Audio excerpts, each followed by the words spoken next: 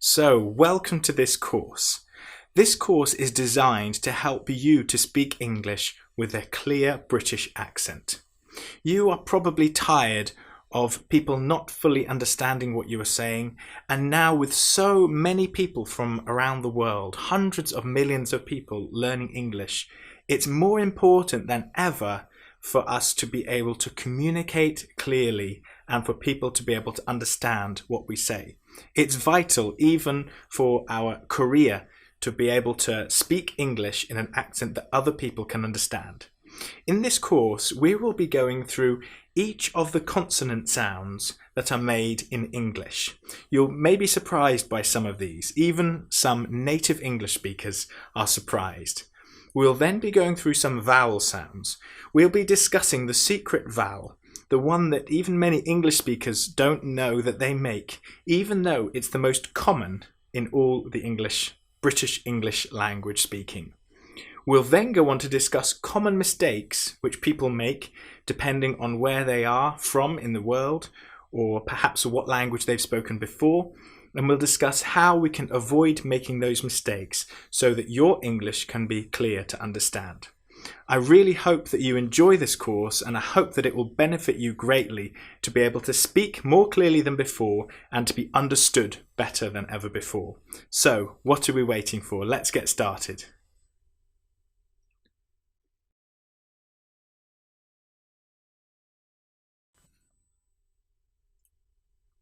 So before we get started, a very good question is, what actually is a British accent? Well, there are a huge variety of different accents within Britain. Whether you come from Scotland or Wales or from the southwest or from London or from Yorkshire, even certain towns in different parts of Britain have their own unique accent. And once you get used to them, you can hear where somebody is from. Now, with what we call a British accent in this course, this is a neutral English accent, one where people won't be able to tell where you have learned it. Different accents have very particular styles.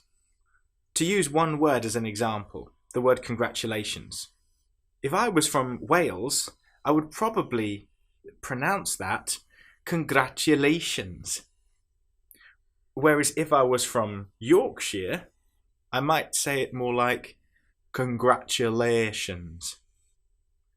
You can hear how the vowel sounds particularly are quite different. But we will be learning neutral British accent. This is one that will be understood and recognised and respected anywhere you go. So this will be the most useful accent for you to learn, whether you are looking to learn this for life in Britain or for whatever other purpose. This will be a useful British accent that will be understood, hopefully, by everybody. So let's take a closer look at some of the challenges we have with the English language in our next lesson.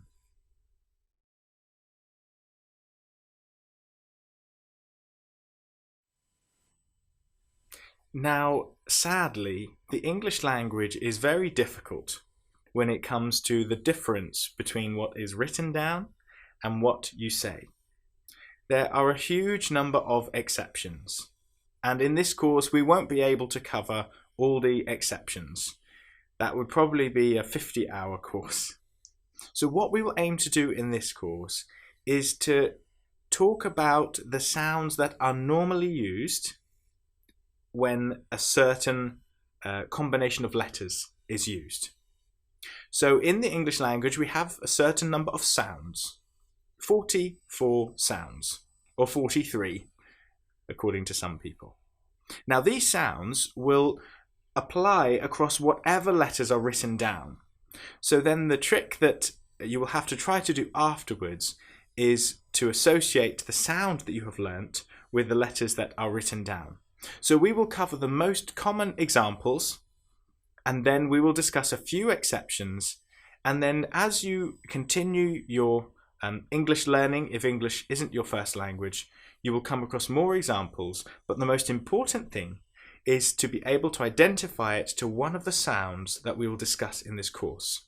Once you have learnt all these sounds well, the rest will be a lot easier. And even when you make a mistake, somebody will help you to correct your mistake, and then you will find out which sound applies, and then it will be easy. So hopefully in moving forward, this course will be very helpful for you to be able to communicate more easily and clearly in spoken English, and also to be able to better identify what is written and how you should say that. So let's start with looking at English consonant sounds.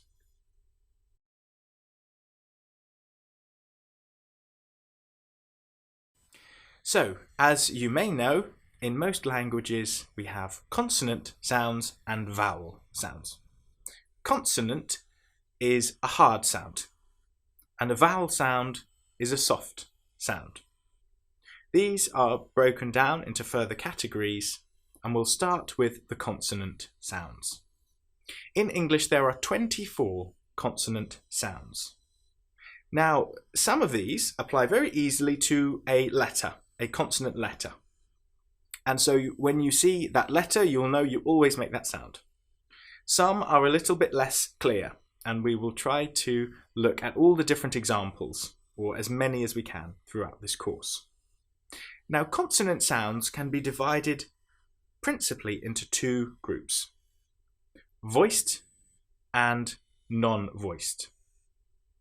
What we're going to do as we go through these sounds is divide them into groups of two, and these groups will be where we use the same mouth shape, but we have one that is voiced and one that is non-voiced.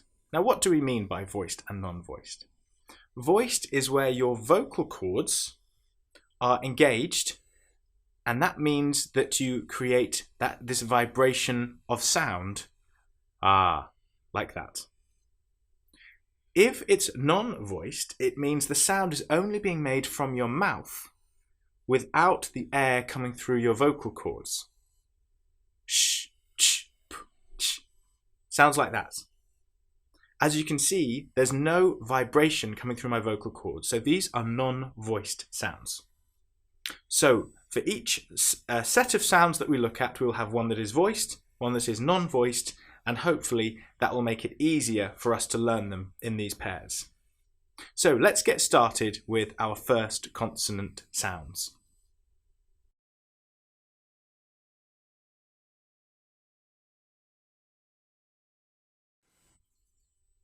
So our first consonant sounds are the letters V and F. These normally correspond to the letters V and F, but there are one or two exceptions, as we'll look at in a moment. So we'll start in each of these cases with the voiced sound. The voiced sound is V. Now when you say V, you place your teeth on your bottom lip, and then you engage your vocal cords and you push the sound out. V. Some examples of this might be van, vat, very. The other sound, the non-voiced sound, is f. Now, how do we know that this is non-voiced? It's because when we're creating the sound, the only sound is air coming through our mouth. There is no air coming through our vocal cords. And that's how we know that it is non-voiced. So what are some examples of words that we might use that include the sound f? Fan, fill, fun. Now, and one important thing to know with this sound is that there is a unique combination of letters that makes this sound, and that is PH. When you have PH together, that will normally make the sound F. For example, phantom, photo, elephant. You can see the sound is exactly the same. It's just a F sound. but it's when you have these letters P and H together. Sadly, as with all things in English, this isn't always consistent, and when you see the letter F, sometimes this will be pronounced as a V sound, as a voiced sound. One important example that you should know about is the word of, which is O-F, but in this case the F is pronounced like a V. If we have O-F-F, off, that then is non-voiced, but the F in of is voiced. It's impossible to cover all of these exceptions, but we will try to discuss the most important ones as we go through these letters. Now we will have a chance to practice all these sounds later on. Some of them we might hear more at the end of the word or at the beginning of the word. But first of all, we're just going to discuss all these sounds, get the initial sound, and then we'll do more practice on all these letters after we've discussed most of them. And then hopefully we'll be able to put them together, come up with different combinations, and make sure that we're ready for whatever word we have to try to pronounce. So let's go on to the next one.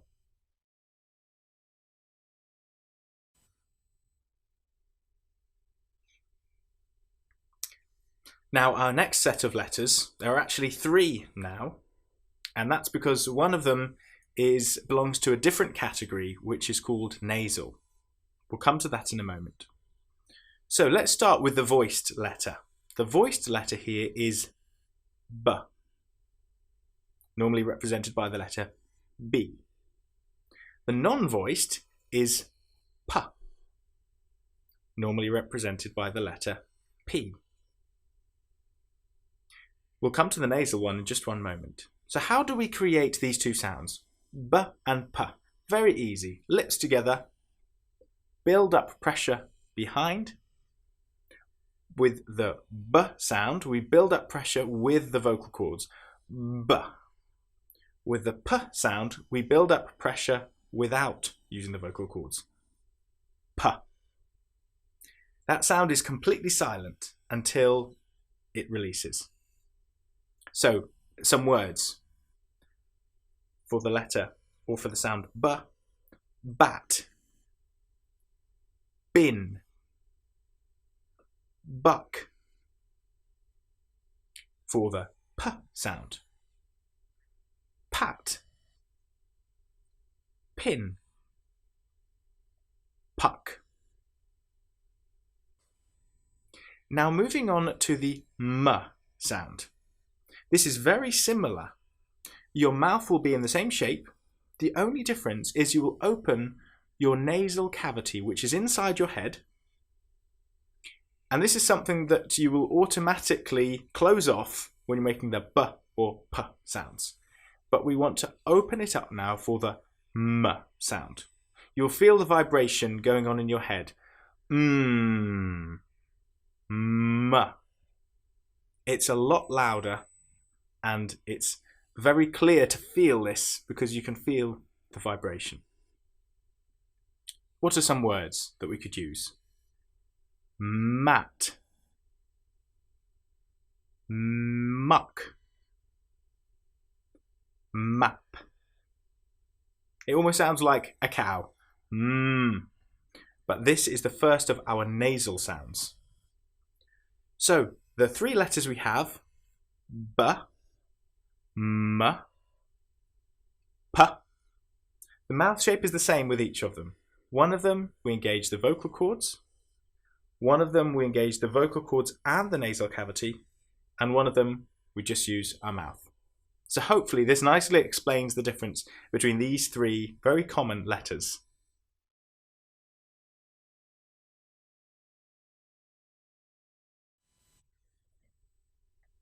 So let's go on to our next sounds, the sounds D and T. Again, these have exactly the same mouth shape, but one of them we engage our vocal cords, and that's the sound D. This is normally the letter D, D.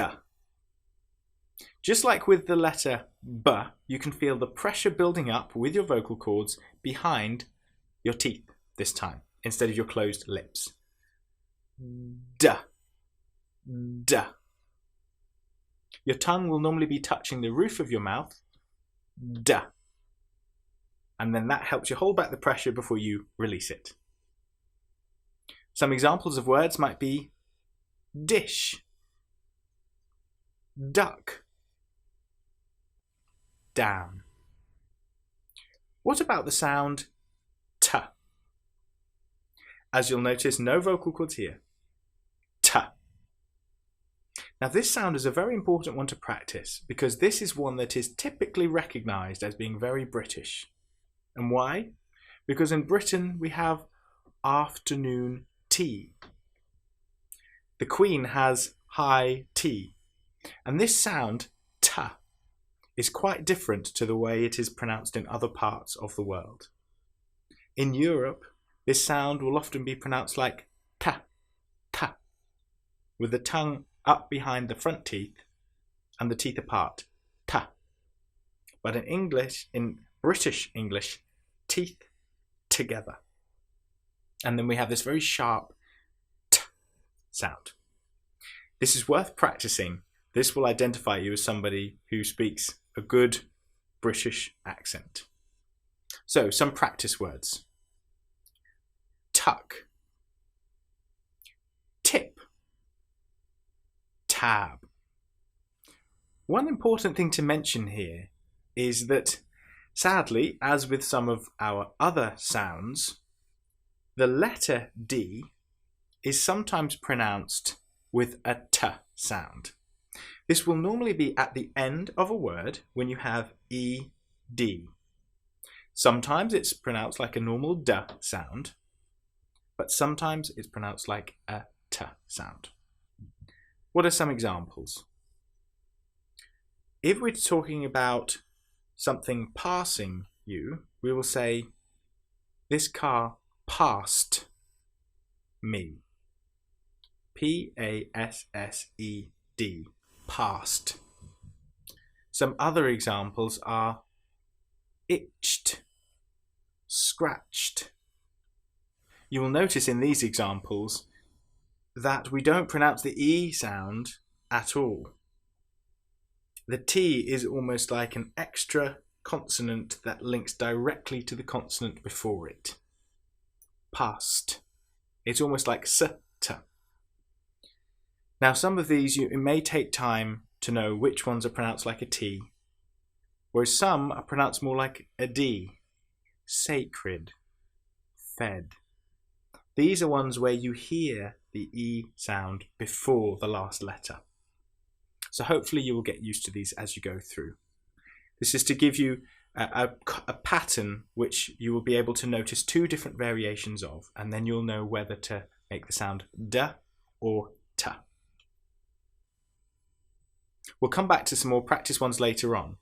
And importantly, this is one that can commonly be mistaken. So we'll discuss these sounds a little bit more later on in our common mistakes category. But for now, let's move on to the next sounds.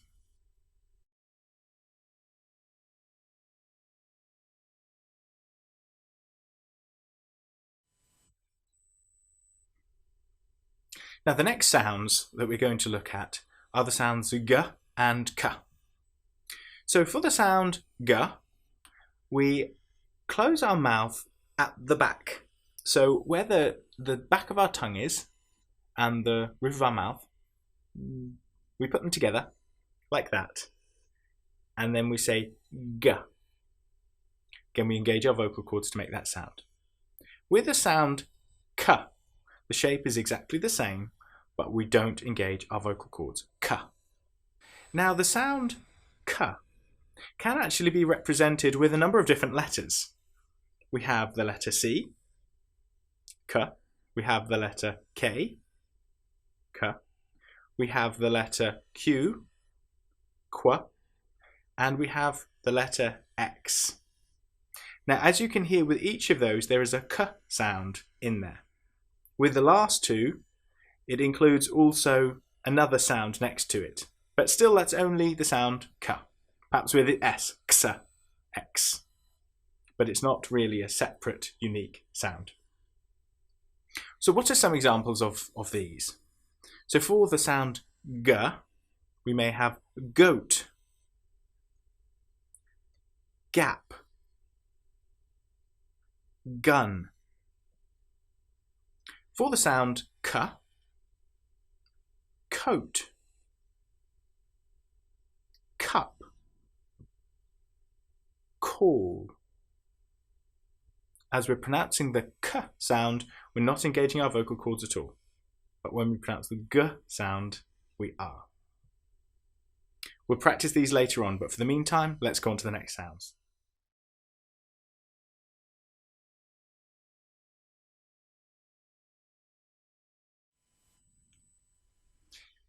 Our next sounds are the sounds j and ch. Now the sound j is normally represented by the letter J, but it can also be represented by the letter G, which we looked at in our last lesson as normally having the sound g, but it can also be pronounced j. So let's discuss the letter J. Now to make this sound j, you close your mouth in with your tongue very close with the roof of your mouth and your teeth quite close together, and then you release. J. J. You can feel the vocal cords engaging because this is the voiced sound. J.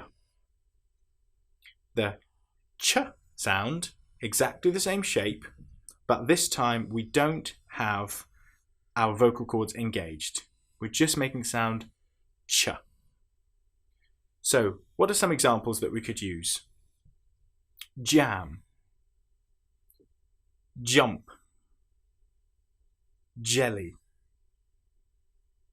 With the ch sound, the non-voiced sound, we might say chance, chill, cherry. Just a note that occasionally when you see the ch sound, it may be pronounced like a k, as in the previous lesson. But hopefully this will become clear. For example, the word ache has a ch in it, but it is pronounced like a k. But hopefully you will be able to see that these sounds j and ch are very closely related, one of them voiced and one of them non-voiced. So let's go on to the next sound.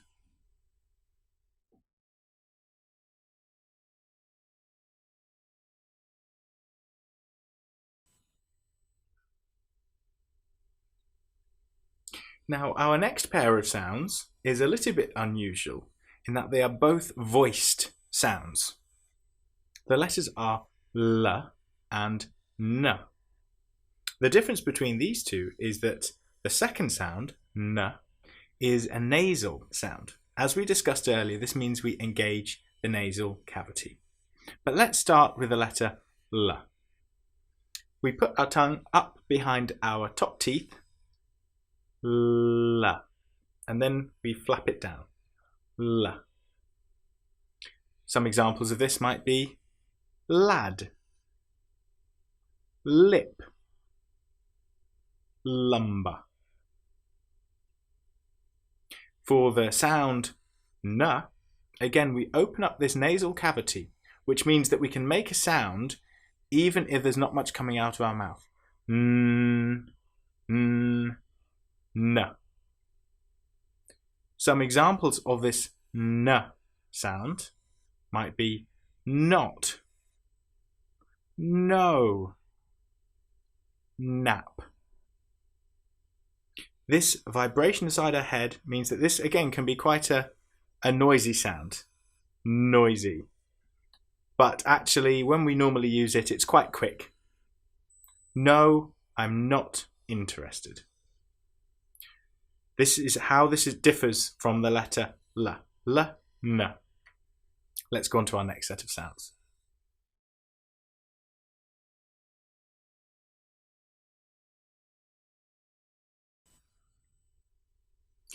Now, as we discussed earlier, some sounds are particularly British and they're important to practice. This next one comes into that category. The sounds are Z and S. The sound Z is voiced. It's like the sound a B makes. Z. The sound S is not voiced. That's, again, the vocal cords are not engaged for this sound. This is like the sound a snake makes. Now, the sound S is important to practice because, again, this can sound very different in different languages. In some European countries, we might hear sh, sh, sh, sh, sh. With the tongue further back, sh, teeth not too close together. In some countries, in some languages, they don't have this sound at all. But in English, it's a very clear and distinct sound. S. How do you make the sound? Teeth close together, air being pushed through, S, and the tongue quite close behind the teeth. S. So what are some examples of these words? For the Z sound, we may have zip, zoo, zap. For the S sound, sap, sip, sum. One important thing to know about this sound S, as you can hear, we use it a lot in English. But one important thing to know is that it's also included with the letter X. As we discussed earlier, we have the K and the S sound. Box is an example. We also may use the letter C to pronounce the S sound. Perhaps the word race or mice. Normally this will happen when we have the letter E after C. When we have C, E together, that will mostly sound like a S. And when we have C and I together, again, that will normally sound like a S, as in the example of icicle. These sounds are important to practice, and you will find that as you get used to pronouncing the S sound and the Z sound, like a British person does, then your accent will take shape and it will start sounding really good. So keep up the practice. We'll come back to more exercises to work on these later on.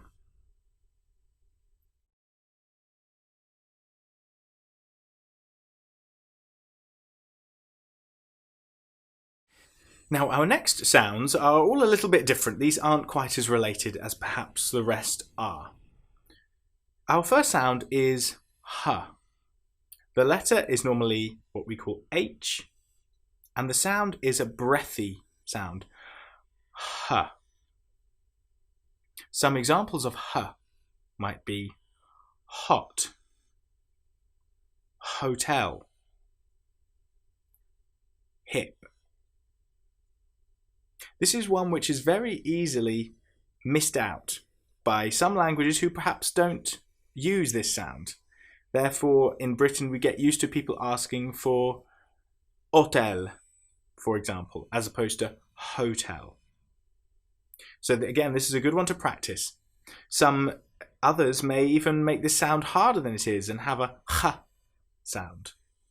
But there's no vibration here. It's not H or R. It's just a simple breathy H sound. Very soft. Now, our next sound is W. Now, this one is unusual in that our lips don't fully touch for this sound and our teeth aren't really involved. W.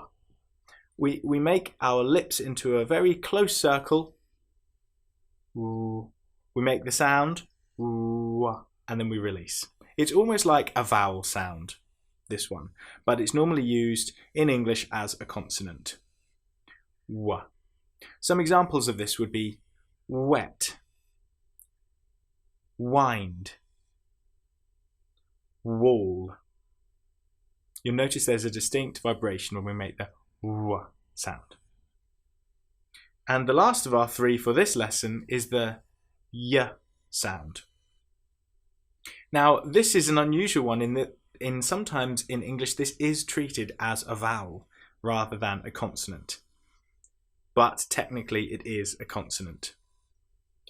Y is pronounced, you'll notice, by bringing up your tongue towards the roof of your mouth, yeah, and then releasing. Some examples that we might use this sound for are yacht, yellow, yum. Some words in English don't actually have any vowels, but they have the Y or the Y sound in there, which is represented by the letter Y. The word rhythm has 6 letters, but no vowels, because this Y is a half vowel, half consonant, which is good to remember. If you see it in a word, it will normally have the Y or I sound with it, or sometimes I. So hopefully that helps with these 3 sounds, h, w, and y. Let's go on to the next.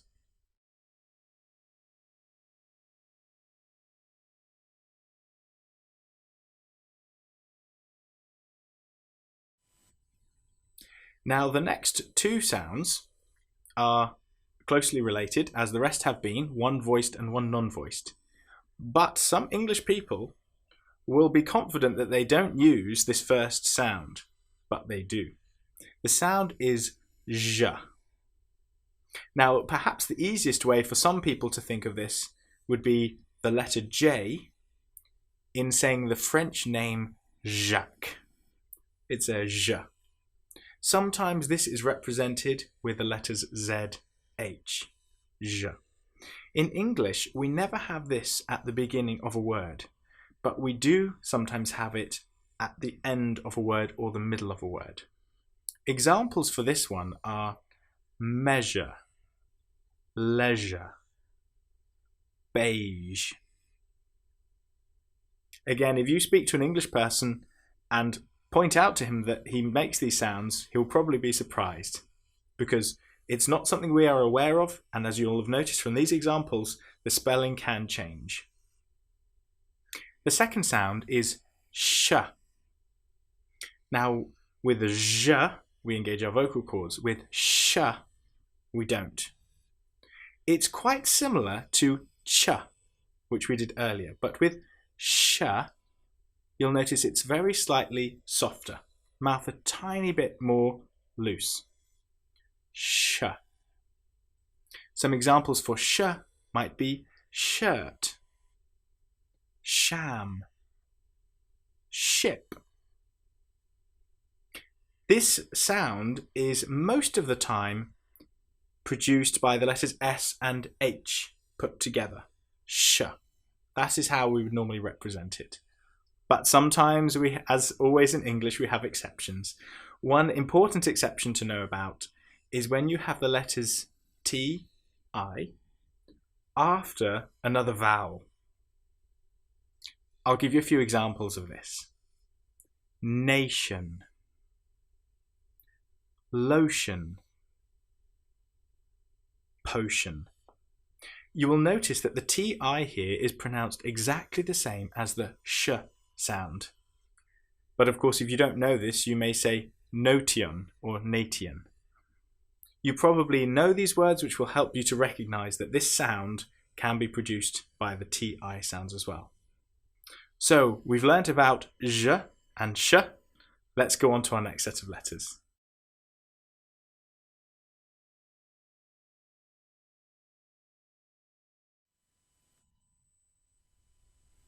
Now, our 2 sounds for this lesson are very closely linked. In fact, they are always spelt the same, just to make life hard for people learning English. These are the sounds that are produced, they're normally represented by the letters TH. The voiced version is the. Now, this is a particularly hard sound for non-English speakers to make, and we'll come back to this later on to have a bit more practice. The sound is made by putting your tongue either between your teeth or very close behind with a slight gap. The.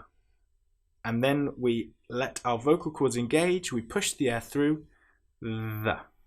And that's the sound. The non-voiced sound here is where we don't engage the vocal cords, we just push air through from our mouth. The. So notice the same mouth shape. The. The. The. You notice the difference. Now the hard thing with this is that these are always spelt in English with a TH. Sometimes the is shown in other languages as DH, simply because the D is softer than T and the is softer than th. But in practice, unfortunately, in English, you always see it with the TH. So what are some examples? Well, for the voiced sound, the, we have the word the most common word in the English language, THE. We have this, thus. For the non-voiced sound, we might have thing, thick, thump. It will only take practice to learn the difference between when these two sounds are used, but hopefully over time you'll start to see a pattern. Again, if you practice these sounds carefully, this will be a big help towards you sounding like you have a pure and clear British accent.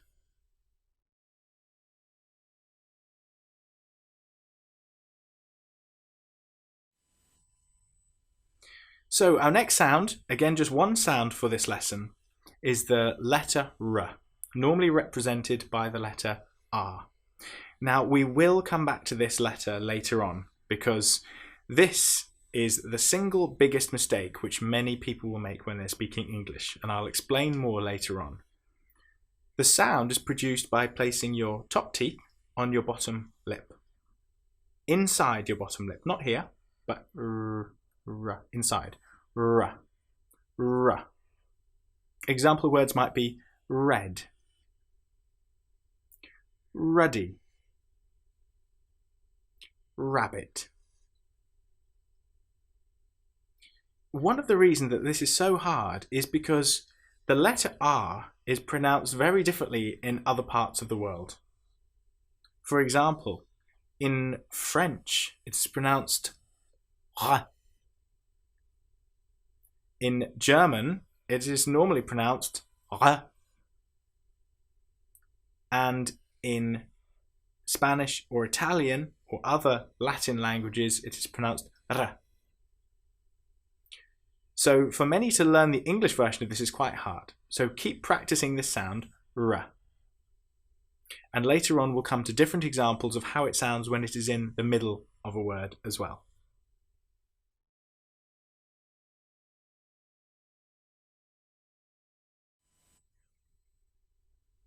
So our last unique consonant sound is the sound which is normally pronounced by the letters N and G coming together.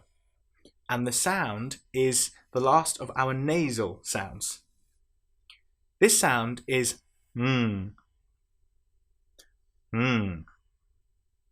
This is slightly harder to make. This would normally be found at the end of a word which is indicating an ongoing action. Here are some examples. Going,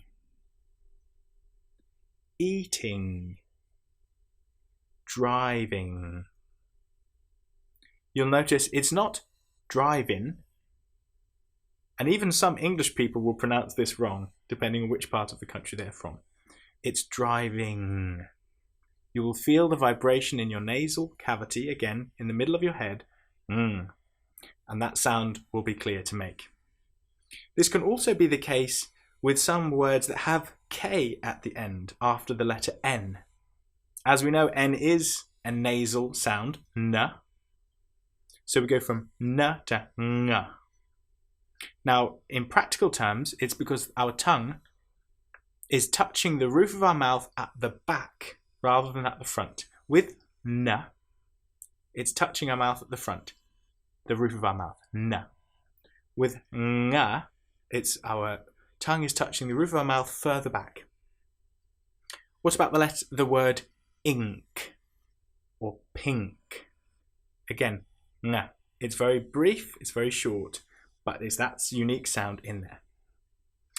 So that is the last of our unique consonant sounds. Now we've only discussed some very brief examples of this. The next thing that we're going to look at is combined consonants in the next lesson.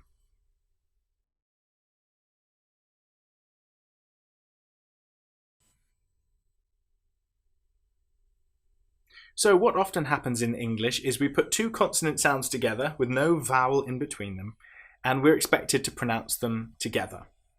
So, what are some examples of what we might be asked to pronounce? So with the sound r, we might have b and r, bruh, cr, dr, fr, gr, pr, tr, or even str. 3 letters together in that case. You will come across these, and in each of these we just have to remember to keep them together and not try to put a vowel sound in between them. For example, if we're trying to say the word brother, we don't want to say brother. Or if we're trying to use the word trap, we don't say trap. It's trap, trap, trap. Or the same if we have the word strap. It can sometimes be hard to put these all together, but a little bit of practice will help. With the sound l, this also is one that will commonly come after another consonant sound. We may have bl, cl, fl, gl, pl. The same applies as we mentioned before. If we're using the word clap, we certainly don't want to say clap. It's clap. This will take a bit of practice, but once you manage to work your tongue to pronounce these words and these sounds as they should, it will sound excellent. And the last common consonant that is used is one that comes before, and that's the s sound. So we may have sk, sp, sm, sn, st, sl, or sw. Most of these you will find are quite simple to pronounce: spin, stand, and they're very common in English. It's just to make you aware that often we will have these consonant sounds put together. I hope that's been helpful. Next we'll be looking at silent consonants.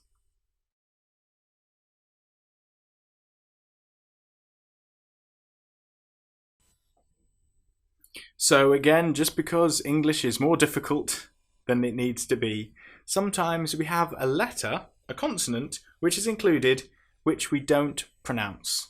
We don't say it at all. It's just there to look good. You will notice that most of these have a pattern, and so once you know which letters might be silent, you will know not to pronounce these. So, if you have the letters G and N together, you normally will not pronounce the G. And one example might be gnat or a line. If you have the letters K, N together in that order, again you probably won't pronounce the K. A common example will be knife. It just starts with the sound N, knife. Another one that you might come across is when you have L, M together. An example might be palm. In this case, the L you will notice is not pronounced at all. Palm. Or calm. Another time when the letter L is not pronounced is when we have the letters U, L, D. For example, the word would, could, should. In these cases, again, the L is completely silent. The letters B and P can sometimes be shown as well, but not pronounced. The B can sometimes come after the letter M. An example might be lamb or comb. Here we don't pronounce the B, we don't say lamb, it's just lamb or comb. The B is totally silent. Or how about the example of the letter P when it comes before the letter S? Psychology, psalm. Here we don't pronounce the P at all. We just pronounce the S sound. Psychology, psychiatry. The P is completely silent. Sometimes the letter W will appear before the letter R. Right, wreck. This shows that the letter W is completely silent. It's just the R sound that we produce in these cases. Another common example is when you have WH together. Some very common words have this combination of letters. For example, what, which, where. In these cases, the H sound doesn't exist.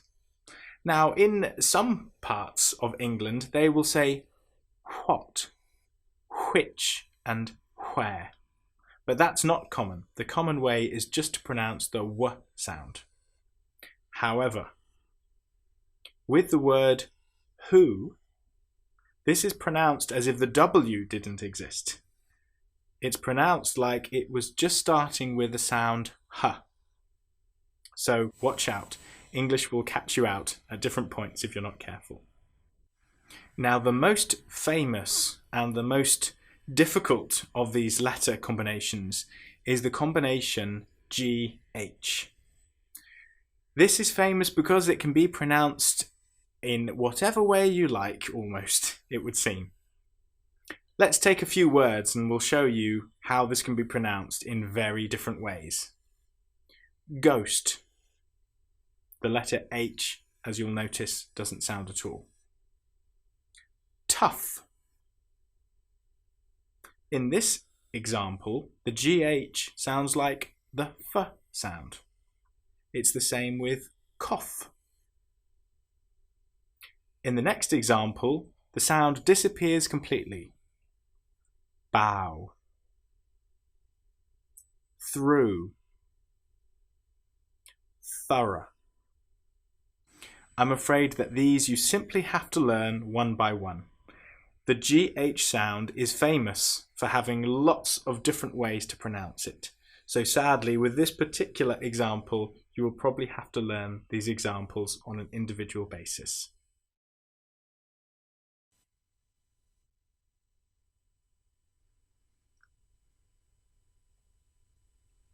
So in this section, we're going to be looking at all the vowel sounds that we make in British English. Now, there are classed as 19 different vowel sounds that we make. Some will say 20. However, there is one sound which is produced more in American English than in British English. In any case, I will teach you all the sounds that we make. Now, these are broken down into short vowel sounds, of which there are 7. Then there are longer vowel sounds, of which there are 5.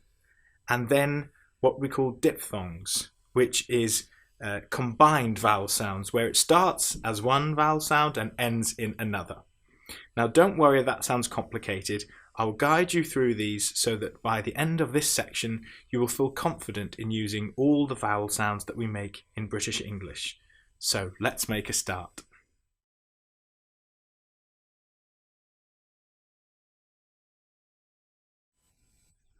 So the first of our short vowel sounds is the letter A, which makes the sound A.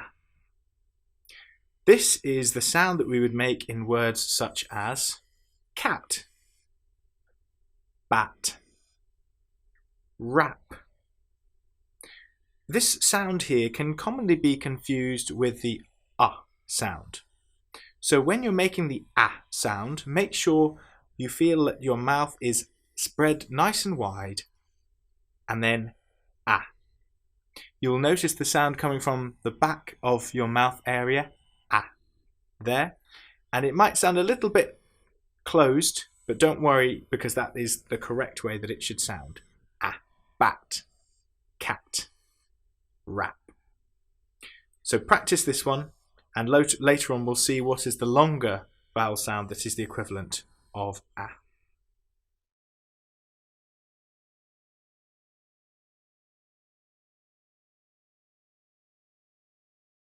The second one is the next vowel in the alphabet, which is the letter E.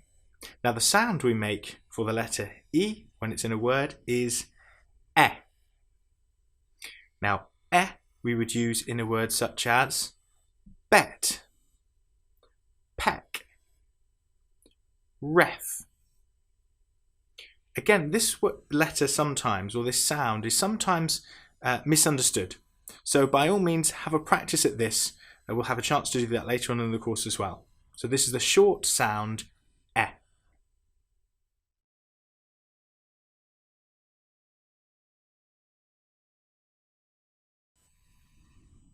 The third short vowel sound is I, which corresponds to the letter I. We would use this in words such as bit, pick, rip, tryst, and in a number of different other ones. Sometimes this is represented by the letter Y, as you will have just seen, and as we discussed earlier in the consonant section of the course, but generally it's the letter I, and it's pronounced I.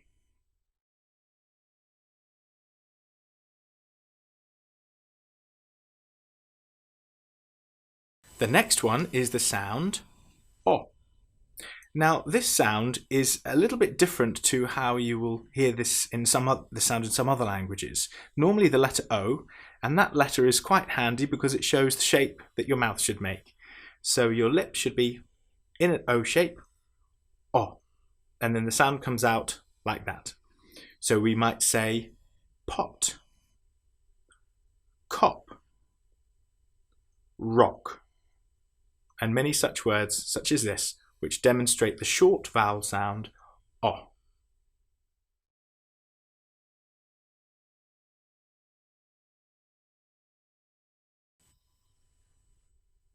And the fifth of our short vowel sounds corresponds to the letter U, and this sound is A.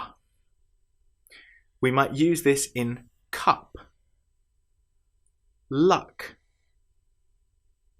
mull.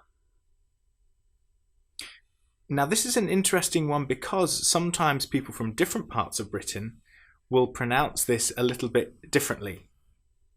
But don't be too put off by this. We're learning neutral English here, and so this sound is A, cup. If you keep practicing it this way, then you'll be understood wherever you go.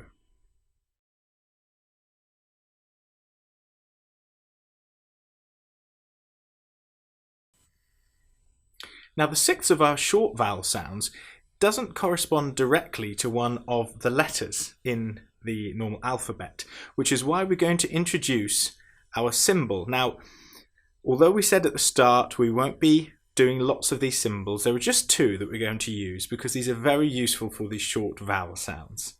This is the first of these. This generally corresponds to the letter U, and as you'll see, it looks like an adjusted version of a letter U. But this time it's pronounced U. It's the sort of sound that you might make if somebody punched you in the stomach. This, when I mentioned in the previous lesson, is sometimes used in different parts of Britain as the sound instead of the sound. So whereas I say cup, somebody in the north of England might say cup. However, don't be fooled. The correct pronunciation of the sound we previously discussed is Now this sound does have a correct usage. This would be in words such as put, took, cook. You'll notice that in these last two examples it's represented by a double O. Now we'll come to this double O a bit later on because that also corresponds to another sound. But this is the short sound. It doesn't change, it doesn't last too long, it's just And so we'll remember this one as being represented by this particular symbol.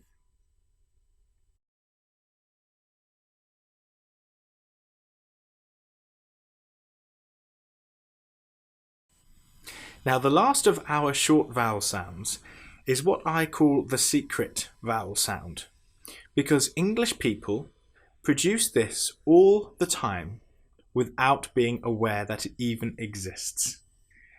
This sound, which you'll see represented by this particular symbol, is used probably more commonly than any other vowel sound in the English language, and that's why it's so important for you to learn this sound. Now this sound is pronounced It's a very simple sound to make. It's not complicated, you don't have to move your mouth in any funny shapes at all. You just leave your mouth in a very neutral, normal, relaxed position. That's it. Now, if you showed people this symbol, which is how it is represented, or if you explained to them this sound, they would say, no, I don't make that sound. But they're wrong. This sound is used all the time. We will discuss a little bit later on about how we can identify this as being one of the main ways that we can improve the British accent. But just to pick up a few examples. Driver.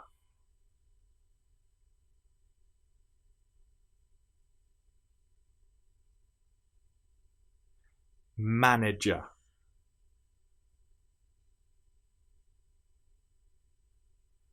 Brenda. There are many, many examples of this word being used, and as you start to listen to British English, you will hear this all the time. So we'll try to go through later a few examples of when we would use this more commonly, but in the meantime, try to remember this symbol. As I say, there are only just 2 symbols in this course that we're going to use to try to keep things simple. But this is an important one, the most common vowel sound in the British English language sound.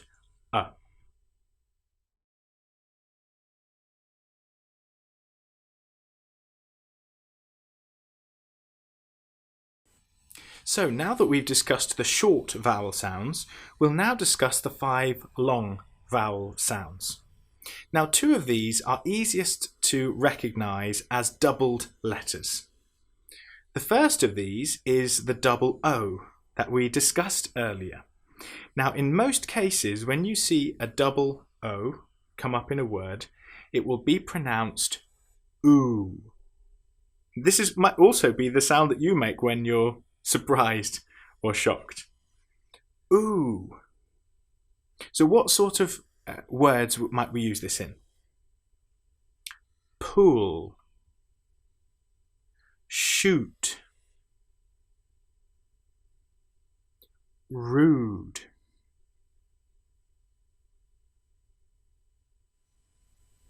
You'll notice that in this last example, it isn't actually spelt with a double O, but the sound is the same. Rude. This is a much longer sound, of course, than the ones we've just been looking at. It lasts longer. The tone changes throughout. Cool. So this is an important sound to recognise, and it's one that we produce in a similar mouth shape to the single O. Ooh. We make a circle with our mouth like the letter O. Ooh. The fact that it's 2 means it's longer. So that is the first of our longer vowel sounds.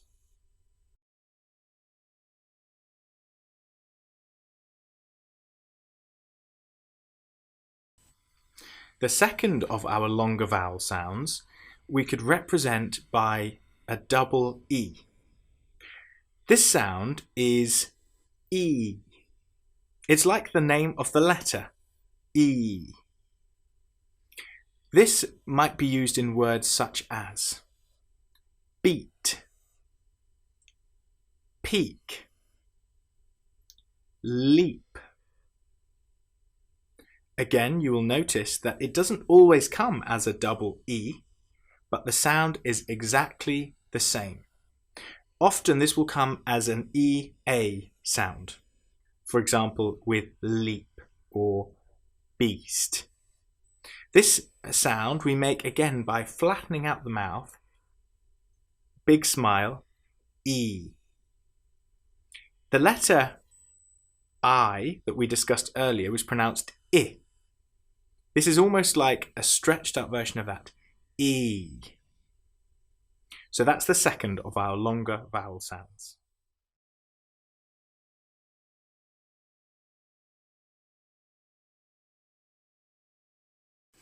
Now the third of our longer vowel sounds, and in fact the fourth and the fifth, are all ones that could be described as R-affected sounds. Now what do we mean by that? You won't see this expression in any common publications. If you look at this on the internet, you will simply find these strange symbols which you don't recognize, and you're expected to know how to pronounce these.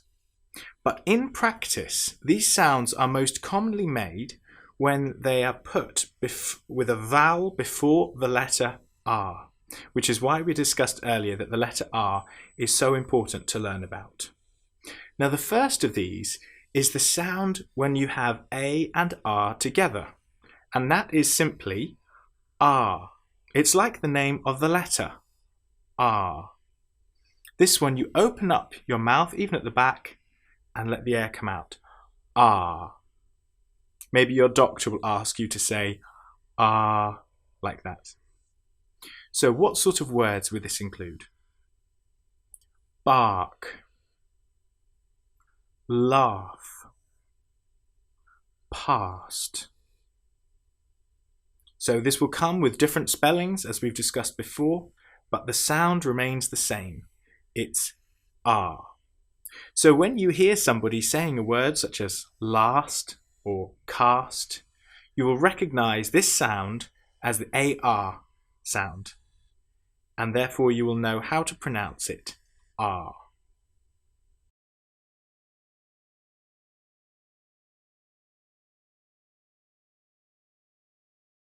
The second of these R-affected letters is the OR sound.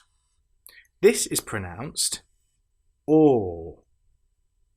Now, you may recognize the shape of the mouth as being similar to the O and OO sounds. But this time you're saying, rather than OO, you're saying OR. Notice how the shape of the mouth and the cheeks narrow even further. Instead of OO, it's OR. It's pulling your mouth up like this to create the shape needed.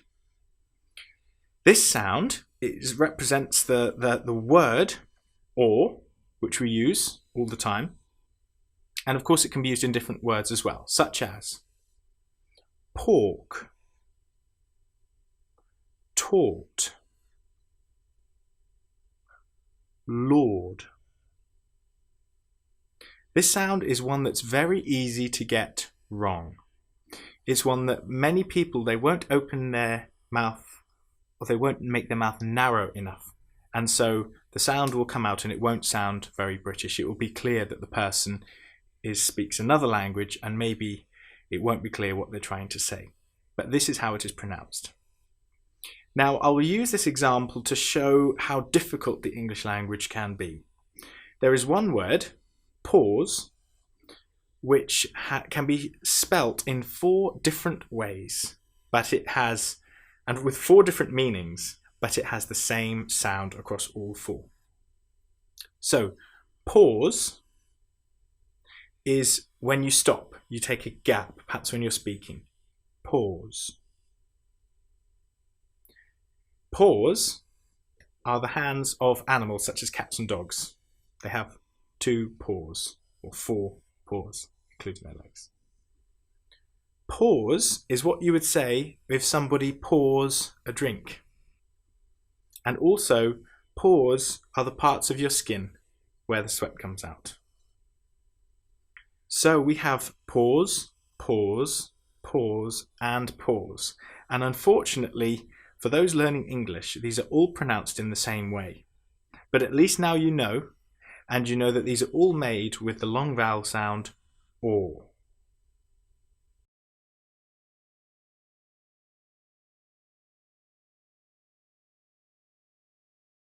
The third of our R-affected letters and the fifth of our long vowel sounds is the sound Now this can actually be made by any of the 3 remaining vowels. We've had AR, we've had OR, and this one can be ER, IR, or UR. Let's take some examples. Bird, curd, alert. As you'll notice, although these are all spelt differently, the sound is exactly the same. And whenever you see E, I, or U with R following, then that will most of the time make this sound This is also typically the sound that people make if they hesitate. So that is the last of our long vowel sounds.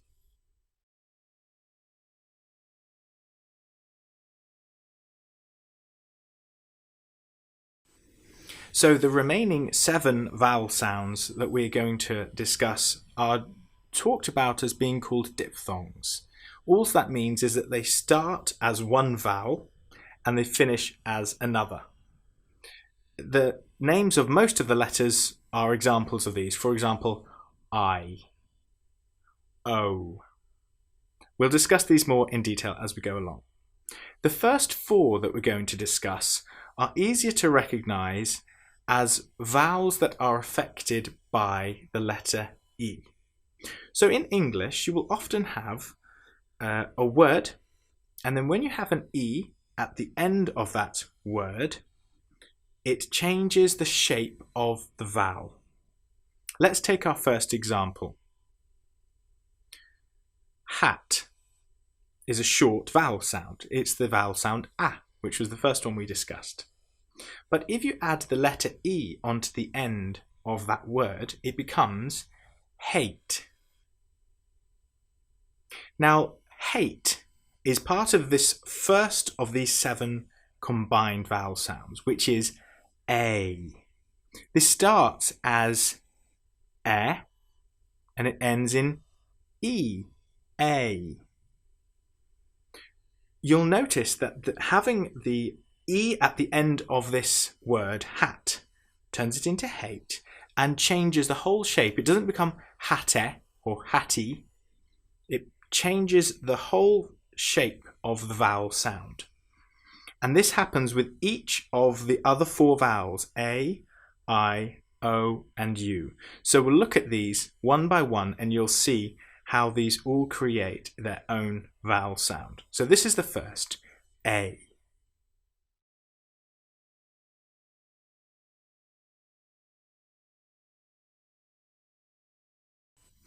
The second sound, which is affected by having E at the end, is when we have the letter I in before. Let's take an example. Bit is a short vowel sound, I. When we put an E at the end of this word, that then changes to bite. So the sound is I. This is also the name of the letter I, just as the previous one was the name of the letter A. This sound, as you will notice, changes. It starts as A and ends in E, I. The whole shape of the mouth changes through this, and so essentially you have what feels not like a straight vowel sound but as a curved vowel sound. This is something that is crucial for learning to speak English in an authentic British accent. Let's take some more examples of this particular sound. Bike, mine, light.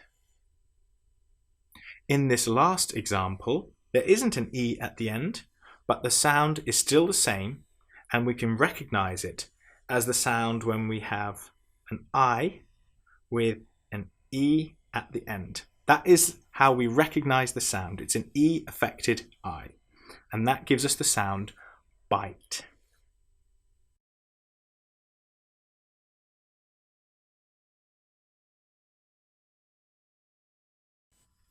The next one is when the letter O is affected by having E at the end. This gives us the sound O.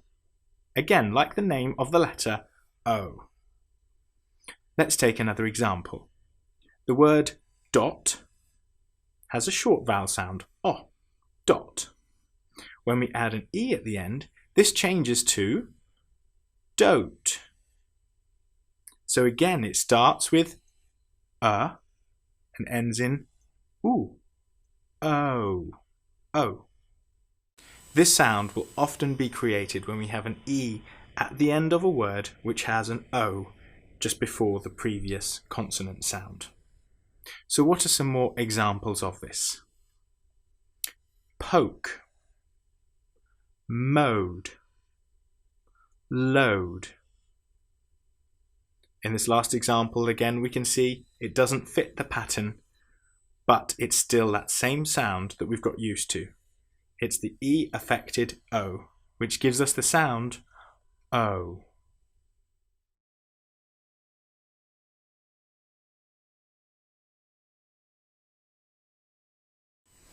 Now the last of these, the letter U, has a slightly different effect. In this case, this wouldn't be classed as a separate vowel sound, but it's an important one for you to know about. Let's take an example of a three-letter word with the letter U in the middle. Cut. This is a short vowel sound, cut. When we add an E on the end of this, we end up with the oo sound, which we already discussed earlier as being the double O, but with a difference. Because here we don't say coot, we say cute. What often happens here is we get the sound of the y before the vowel and after the very first consonant, hence cute.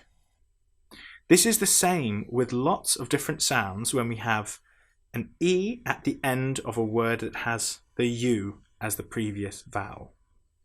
What are some more examples? Tune, pure, dune. This may be different, in fact some of these are different in American English, for example, where they will say tune. But in British English we say tune. Some will even, if they're getting lazy, pronounce this as the ch sound, tune, but correct is tune. So hopefully this helps to explain the sound we get when we add an E on the end of the word which has a U as the previous vowel.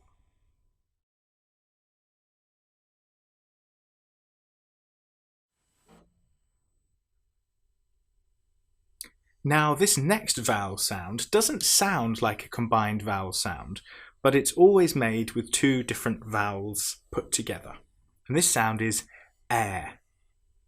Now the easiest way for this to be seen as a word is as the word air, which is all around us. With this particular sound, it starts like the letter e, or the sound e, the short vowel sound which we learnt, such as in bet. But here we stretch it out and make it longer, so we get the sound air.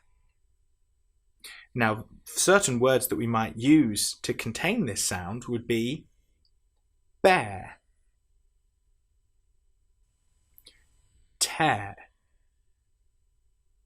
fair. You'll notice in each of these there are two different vowels. and yet the sound is the same across all of these. The sound air.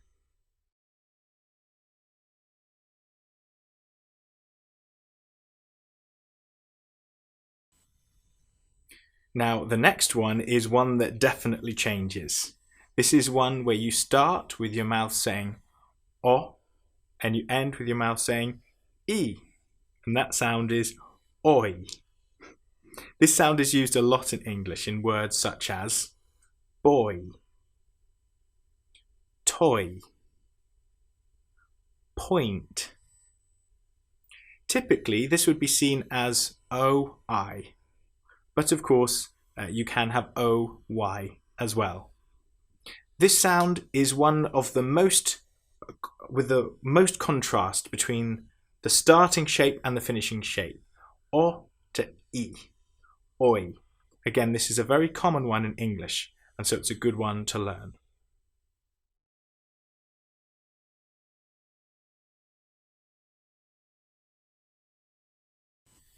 The next one also has quite a difference between the starting shape and the finishing shape.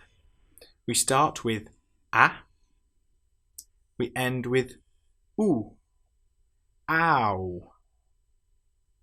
If we write this as a standalone word, it would look like OW, ow. But in words, often it comes with slightly different spelling, with different letters. So what are some examples of words that contain the sound ow? Cow, lout, pound. In each of these, notice how we start saying a, the short vowel sound a, and we end with the vowel sound oo. Pound, pound. Although it's maybe a little bit quicker, we still see that full change of shape in the mouth from a to oo to say ow.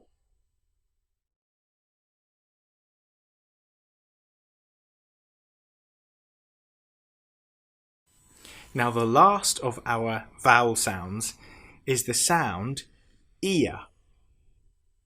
This is used typically, for example, with our ear, but it's used in many other words as well, such as beer, hear, tear. With this vowel sound, we start with the shape I, and we end with our very common sound ear, ear. This change of shape creates a different sound to the short vowel sounds that we previously made, but it's a very useful one because it's used regularly in the English language. So hopefully this has been a helpful overview of all the different vowel sounds that we make in English. Now we will have a chance to practice all of these in our exercises later on. But first we need to take a look at some common mistakes that people make when they learn and speak English.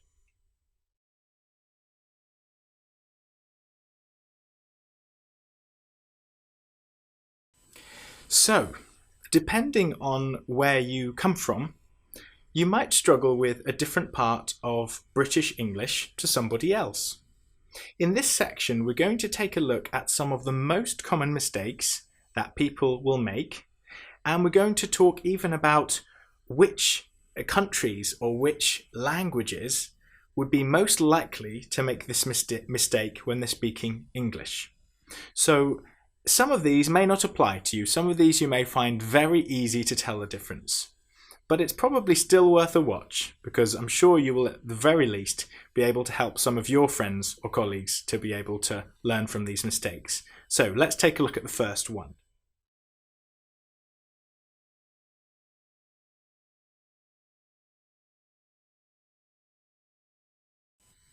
Now the first one is one that will mostly affect people from Spain or from South America, Mexico, any Spanish-speaking countries.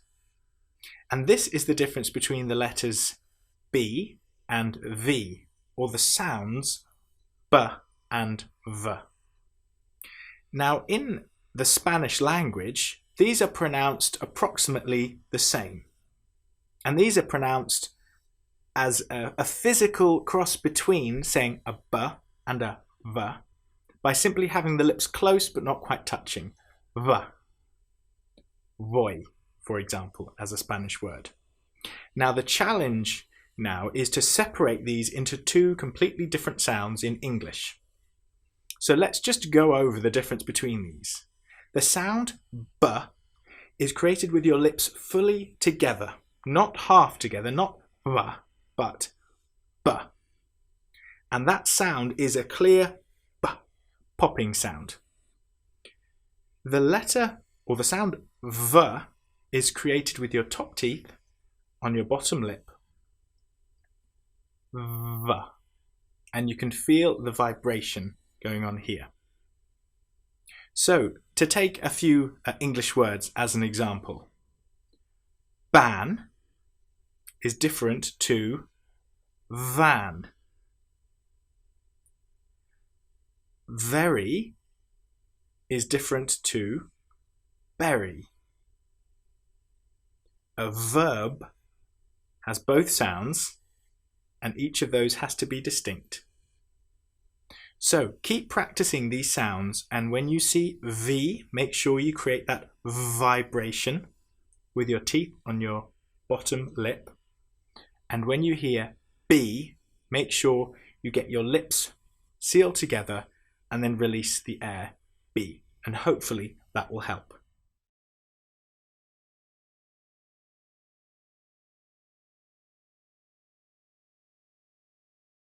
Now, another common mistake, and this is typically by speakers of English from perhaps Asia, typically East Asia, would be the difference between the sounds L and R.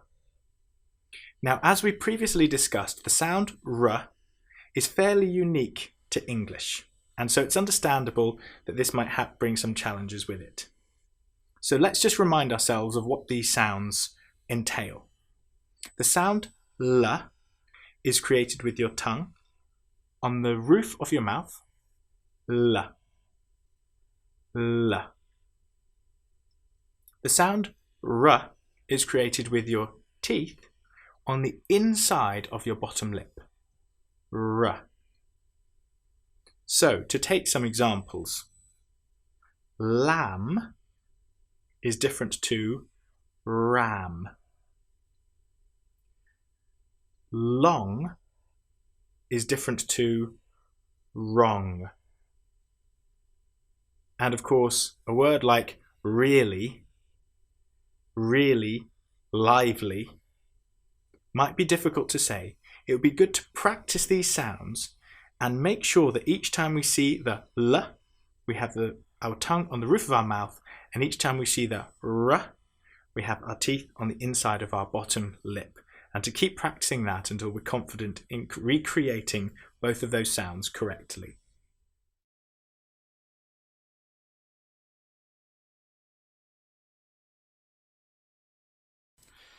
Now, one of the most unique sounds, which we discussed in our consonant section, is the TH sound, the, or th. Now, depending on where you are from, this sound might be produced differently. If you're from France, typically the will sound like z and th will sound like s. So we're just changing to a z and an s sound, z and s. So a French person who's learning English might pronounce this thing as this sing. Now obviously that is then a giveaway that they speak a different language, which isn't a problem. But of course, sing is a different word. A famous advert showed somebody saying, I am sinking, as in I'm going under the water, and somebody thought they were saying, I am thinking. This shows why it is important to work on the correct pronunciation of the and th. If you need to, repeat the previous lesson that we did in the consonant section and make sure your tongue is between your teeth. The and th. In other parts, they will change these two sounds to become V and F, V and F. And so they will say this thing. Again, this is not very good accent. It's not a very good accent. And the problem with this, of course, is that you might be trying to use the word three, but instead you say free, which of course means that something is at no charge. So this is another one to be careful of. People will typically struggle when they have another letter after this consonant sound. So as in the last example, if you have the letter R after th, three, you might feel like there's lots to go on with your mouth. So just make the transitions between th and r. Thra. Thra. So your top teeth need to make the nice transition between going from just above your tongue down to your bottom lip. And then you'll be able to correctly reproduce this sound and not confuse anybody by saying a different word to what you actually mean.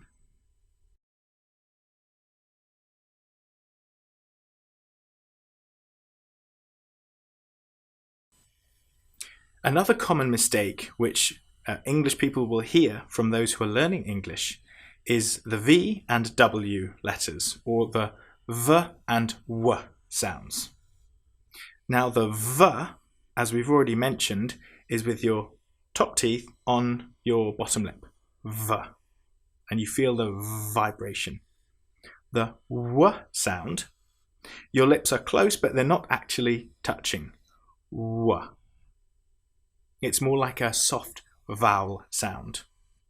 Now vowel is actually a very good word. If you find yourself saying vowel or verbs instead of verbs, then you need to concentrate on making sure that when you see the letter V, you pronounce the V clearly with your top teeth on your bottom lip. Some people will say very instead of very. Again, we need to be careful of this. However, some people will do the other way around and they will say then I want instead of when I want.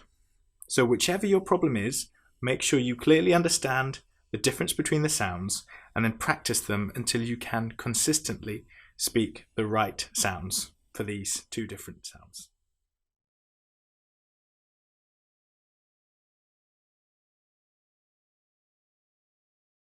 Another problem which affects ones more from the Indian subcontinent is the tendency to say the letters D and T with the tongue too far back in the mouth. This means that often instead of D and T, the sound will come out as D and D. This is caused by the tongue going further back and it being a D rather than a D. So as a reminder, when we're using the letter or making the sound D, our teeth should be close together and our tongue very close behind our teeth. D. You will only be able to make the D sound if your tongue is far too far back in your mouth, and you should bring your tongue forward, let it relax behind your teeth being close together. The same applies for the sound T. When we're talking about T, we don't want to be saying D. We want to be saying T. This again will help to make our British accent more authentic and make sure that we can be easily understood with what we're trying to say.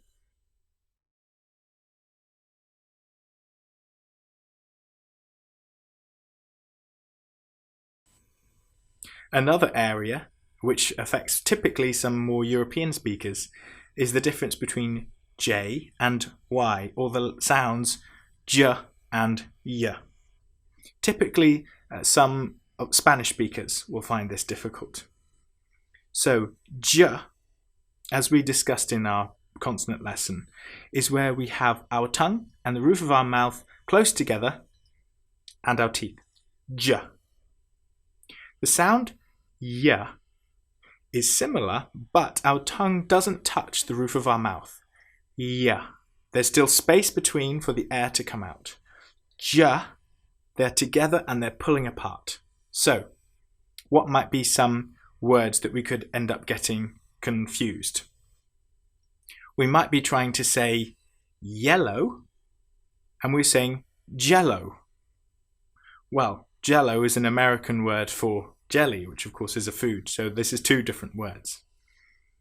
So y and j need to be separated and practiced where we need to make sure that we can produce these independently and correctly.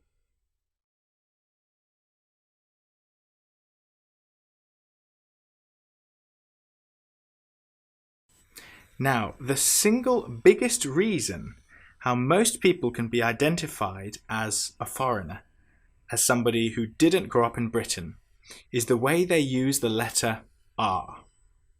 Now, we've spoken about R quite an amount already, and the reason for this is that it's so important to get the letter R correctly if you want to sound like a British accent, like you have a British accent. So, we've spoken already about the fact that the letter R can be produced differently in different countries. So it might take some practice to get this R sound. However, North American English speakers will pronounce this R much more than the British English. Let me give you an example. If I'm saying the word Carter, or the name Carter, I would say car, which as we discussed is the R affected A, long vowel, R, and then Carter. I might even say it like an Carter. But if I'm North American, I'll say Carter or Carter. You'll notice this we call this a twang, and this is much more made on the North American continent than it is in British English. This is something to be very aware of, because many people will perhaps learn at school, or they will learn from a course which will teach them that they should sound this sound. We might be saying the word course. Now, if you say course, then I can hear the sound in there. But as we've already discussed, when the letter R comes after a vowel, the R disappears. It just makes it into a different vowel. So in the word course, we have the sound or. Not or, just or. Course, horse, paw. I don't finish this with pour, just paw. So translating this perhaps to words that end in ER, as we discussed in our previous section, the sound is used very often in English. Creator, maker, labour, nicer, faster. There are so many different examples when we have ER, OR, IR, whatever it is at the end of the word, we don't create this R sound. We just make the sound. And the more that you know this and are aware of this, and you listen to British people speaking, the more you will hear this. This is such an important point, because if you make the R sound, people will always be able to identify the fact that you have an accent from somewhere else.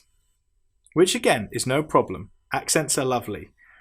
But to sound like an authentic British English speaker, try not to make the R sound. Just let it shape the vowel that you're speaking. If it's or, ah, or or and then you will sound much more British, and people will notice very clearly that you have adopted a good British accent.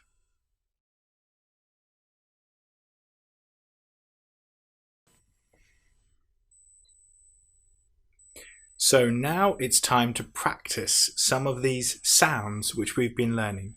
the consonant sounds, voiced, non-voiced, and of course the few nasal sounds, and the vowel sounds, the short sounds, the long sounds, and the combined sounds which change their shape.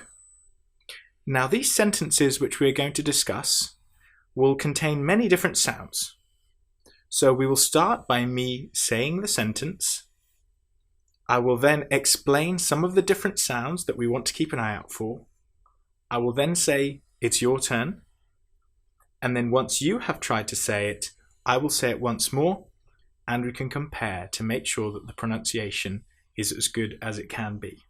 And of course, you can go over these as many times as necessary in order to make sure that your British pronunciation is sounding good and clear. So let's get started on our first expression.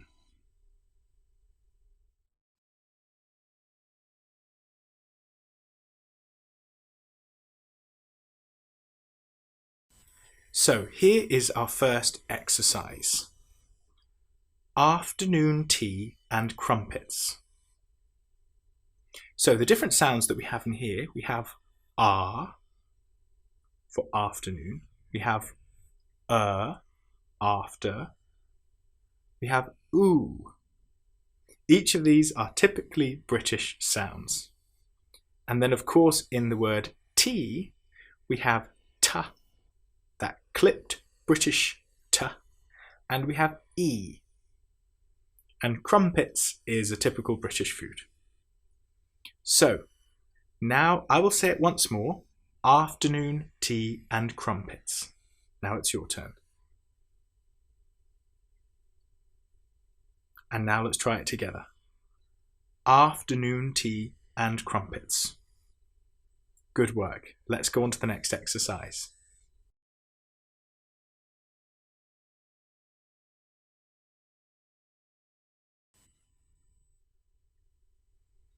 In this exercise, we'll be practicing particularly the sound I.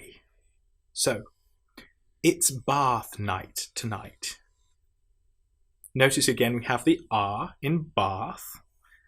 We have night tonight. So, here's the exercise again. It's bath night tonight. Your turn. And together, it's bath night tonight. Good stuff.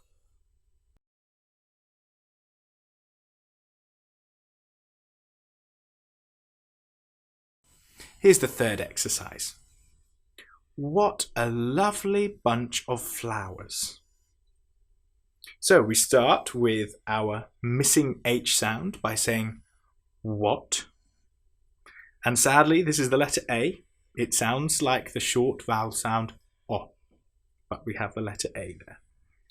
What a lovely. Now, again, we have a different vowel sound to what it looks like. The word love is really with the short vowel sound A, love, but it has the letters O and E, such as the English language. Now, we don't say lovely, we say lovely. So the Y at the end is pronounced like the E sound. Lovely. Bunch, we have the N nasal sound, followed by the Ch, bunch. The of course, has the V sound, even though it's the letter F, of. And then we have flowers. Ow, ow, ow. So there's plenty to practice in this expression. I'll say it once more. What a lovely bunch of flowers. Your turn. And together. What a lovely bunch of flowers. Now I hope that we sounded identical then, and I hope you managed to make all these sounds correctly.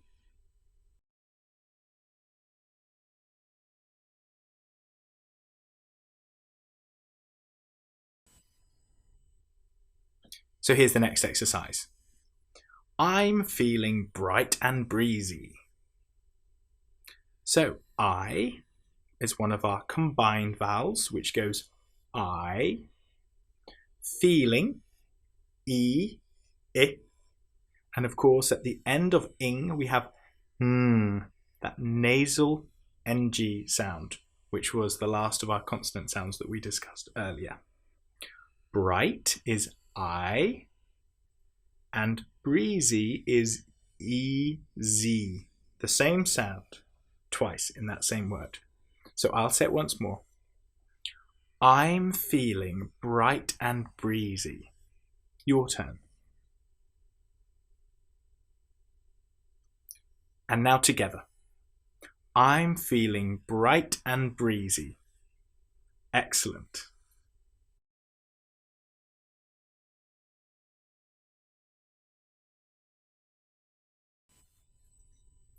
So the next exercise. I like walking and talking. Now, you'll notice that in both of these words, walking and talking, we have the L, which isn't produced. We don't hear the L, walk.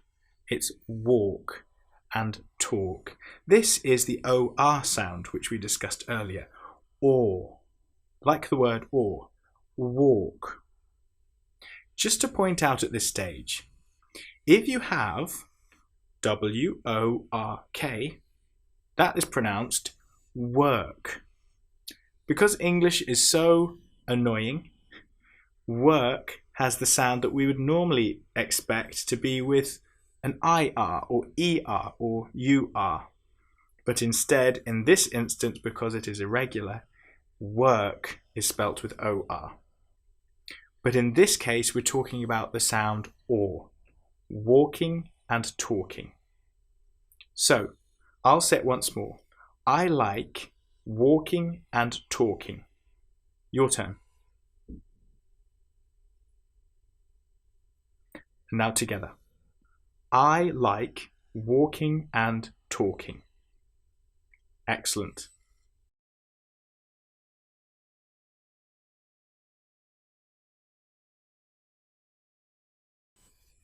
So in this exercise, we are going to use 3 words which all miss out a letter, and we have an apostrophe in instead.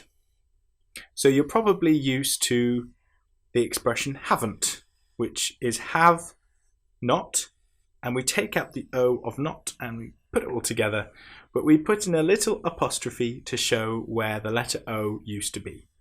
This is very common in English with different words. So, here is our expression. I haven't, I wouldn't, and I shan't. So, in each of these, you'll notice we have the nt at the end. Haven't. Now, the first sound is a, but the second sound is the the most common vowel sound in the English language. Haven't. Wouldn't is which of course is one of our short vowel sounds. And then the nt again is our most common vowel sound. And shan't is our long R sound. And make sure that we get that nice sh sound at the beginning. So I'll say it again.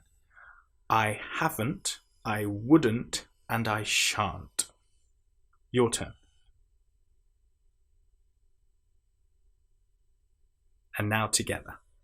I haven't, I wouldn't, and I shan't.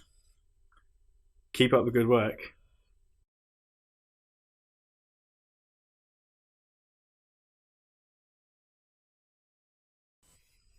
So another one which uses some of these missing letters replaced by apostrophes. I don't because I can't. So don't is O, our long combined O sound, and can't again R, or AR, aren't sound. Now, this is a word, or both of these words can be confusing if they're not pronounced correctly. For example, many people will say don't instead of don't. They use the short O sound, don't. But this is incorrect.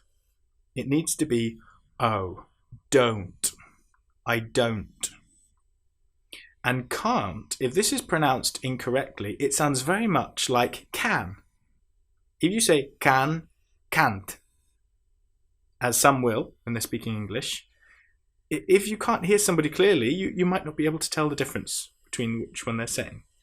Whereas if we're speaking English with a good British accent, we'll say can,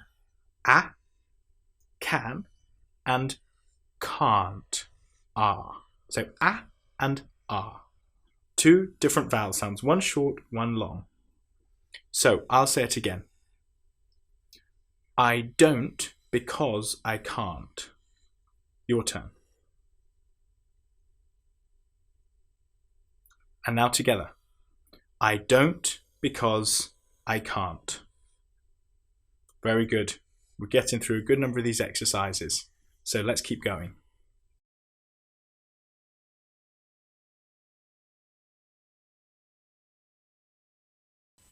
So here's our next exercise.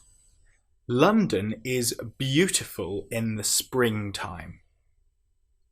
London. What sound is in London? It's not London, as it looks like it should be. It's lun, so and then dun, our most common vowel sound. London. So beautiful. Do you remember we discussed that sound where if we have a U followed by an E, we have the bew. Instead of beautiful, we're saying beautiful. Again, this is a very good English sound to make, very authentic. So London is beautiful, but spring. Now here we've got s, p, r. We've got 3 consonant sounds all together to make spring. And then at the end, ing, that nasal sound again. So I'll say it and see if you can correctly produce all of these sounds. London is beautiful in the springtime. Your turn.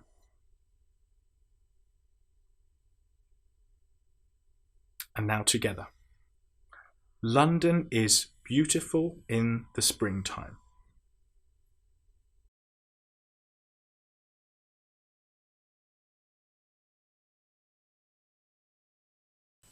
So our next exercise. I quickly warm to the charming dog. Quick, qu. Now this sound, as we discussed before, is like k followed by w, qu. So quickly is how we would say that word. Now warm and charm, you'll notice both have the same ARM in them. But one is pronounced warm, so it's the OR sound, the OR sound. And the next is R, the AR sound, R. So let's try saying this. I quickly warm to the charming dog. Watch out for when you're saying this, that we still keep the to, the t of to, and the in there. The, not shortening these or missing these out, but we're getting all these sounds in there together. I quickly warm to the charming dog. Your turn. And together. I quickly warm to the charming dog.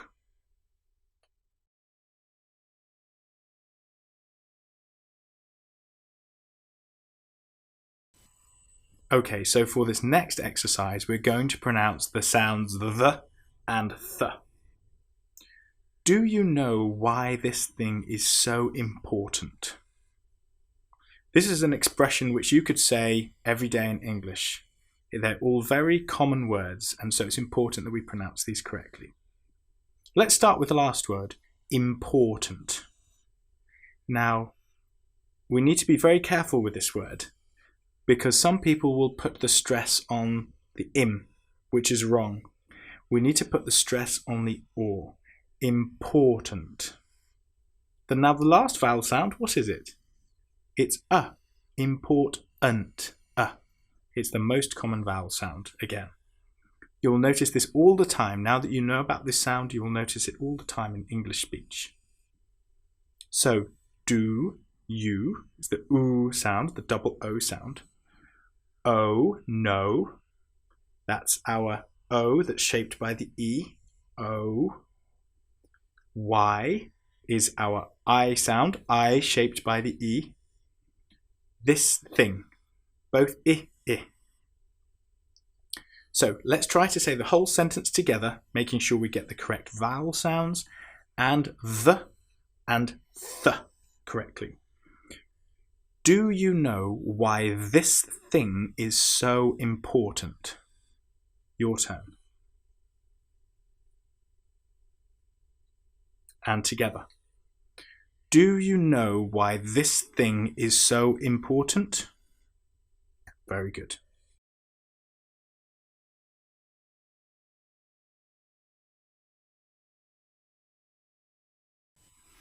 Okay, our next exercise is going to be much harder, and we're practicing our TH sound again. This is an expression which people will often say. You can't say fairer than that then. Okay, so we've got fairer, not fairer, but fairer. Again, don't forget at the end, it's just the sound. Than, that, then. In this case, all three of the THs are voiced. Than, that, then. But that doesn't make it easier. Let's try saying the whole sentence. You can't say fairer than that then. Your turn.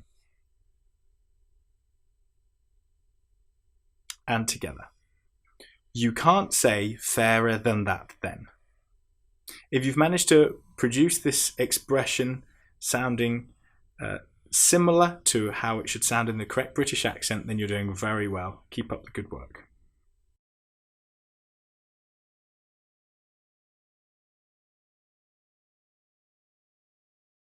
Now we're going to have an exercise that helps us to focus on the R sound. R. My bicycle doesn't ride on the right side of the road. So, we've also got the I here. Do you remember the I? The I that's shaped by the E? My bicycle doesn't ride on the right side of the road. So with these R sounds, we've got right, ride, and road. Let's see how we get on. My bicycle doesn't ride on the right side of the road. Your turn.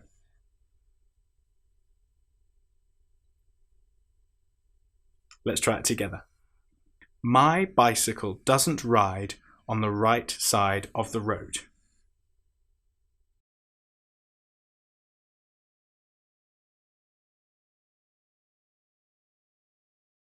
So now we've got another one to help us with the R sound and the L sound.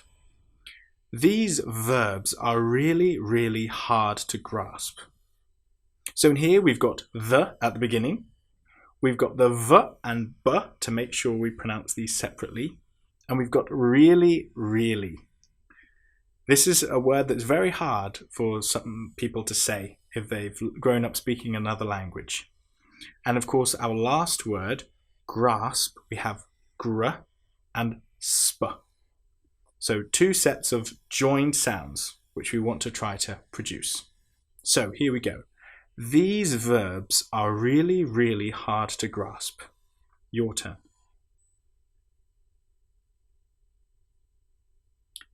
Now let's do it together. These verbs are really, really hard to grasp.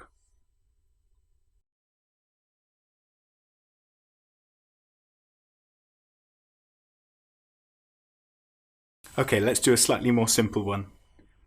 Cats and dogs come out to play. Here we've got some short vowel sounds and some longer vowel sounds. A, cats, o, dogs, a, come. Then we've got ow, out, and a, play. So, cats and dogs come out to play. Your turn. And now let's do it together. cats and dogs come out to play.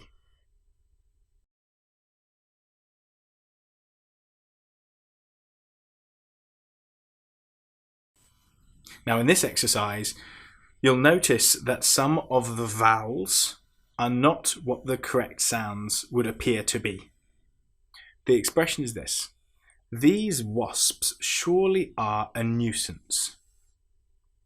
So, wasps. Now this word is quite hard because you have the O when it looks like it should be A, but it is O is the correct pronunciation. And then you've got sps.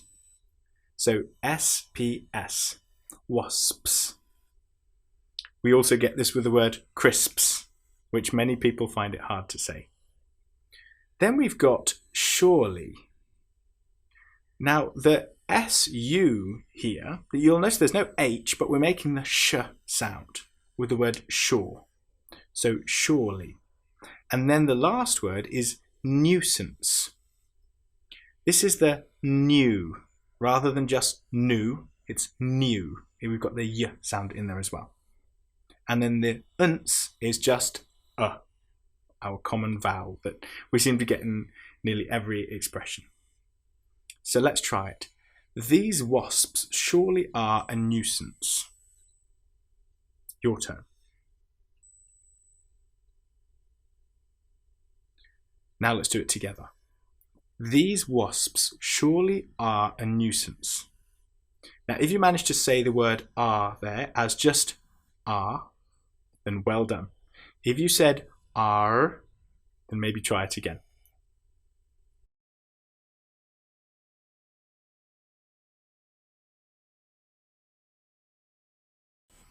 So our next exercise. Cushions and pillows are entirely different. Now in this one we have the expression sh in cushion. It's followed of course by the that we're used to by now. And pillows, I-O, short I, long O. We then have entirely, so aya, tire, aya, entirely. Now make sure you don't pronounce the r in entire. It's not entirely, it's entirely. And then different, different. So let's try it.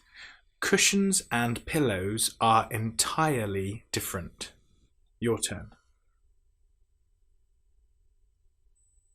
And now together. Cushions and pillows are entirely different.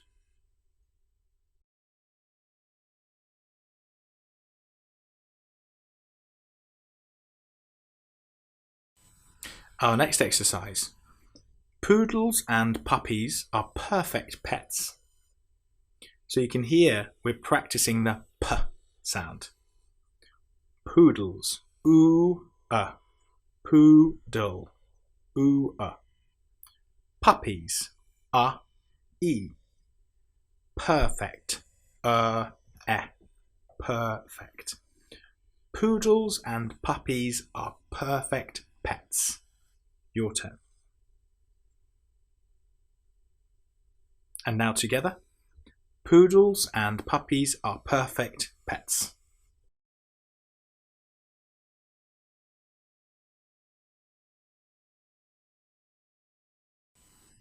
So now our last exercise for this section. I never tire of a nice log fire. We have this sound again, aya, which is I, aya. We have this twice, tire and fire. But we also have never, which is being our most common sound. So let's try this one. I never tire of a nice log fire. Your turn. And now let's do it together. I never tire of a nice log fire. Excellent work.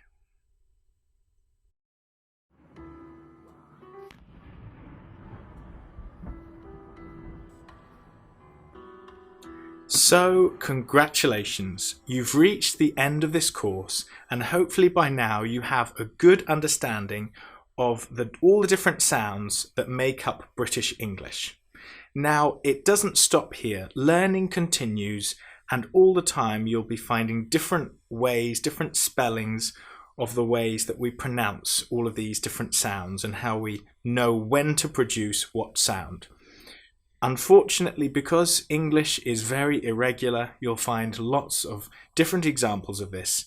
But of course, you have lots of resources to help you to listen and to practice and to get these principles, these sounds firmly lodged into your mind so that when you can speak clearly, you can be better understood, and hopefully not struggle to communicate with others. I really hope this course has been helpful to you, and if it has, I'd be very happy if you could leave some feedback so that others too can have the benefit of learning.